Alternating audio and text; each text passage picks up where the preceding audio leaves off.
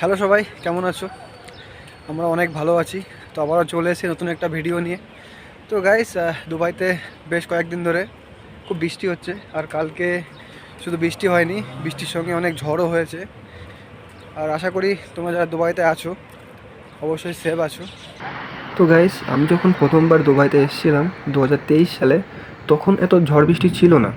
তখনকার সময় গরমের দিনগুলোতে শুধু ওয়েদারকে ঠান্ডা রাখার জন্য আর্টিফিশিয়াল রেইন অর্থাৎ কৃত্রিম উপায়ে বৃষ্টি করানো হতো, শুধু সাধারণ মানুষকে গরম থেকে একটু স্বস্তি পাওয়ানোর জন্য। আর বর্তমানের এমন পরিস্থিতি, হ্যাঁ এটা সত্যি যে বর্তমান সময়ে দুবাইতে ন্যাচারাল বৃষ্টিও হয়, কিন্তু বৃষ্টির সঙ্গে এমন ঝড় এবছরই প্রথম, এর আগে কখনোই দেখা যায়নি। আসলে সত্যি বলতে বর্তমানে দুবাইয়ের ক্লাইমেট একেবারেই চেঞ্জ হয়ে গেছে। শুধু দুবাই নয়, সারা বিশ্বের ক্লাইমেট ধীরে ধীরে চেঞ্জ হচ্ছে।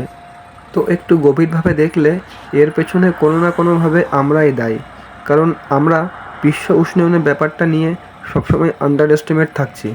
সুতরাং আমাদের প্রত্যেককেই এই বিশ্ব উষ্ণায়নের ব্যাপারটা নিয়ে সচেতন হওয়া উচিত।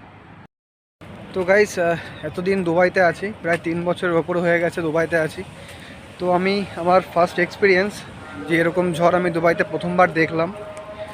তো আমার দেখা সবথেকে বড় ঝড় এবছরই দেখলাম। তো thank you guys, thank you for watching.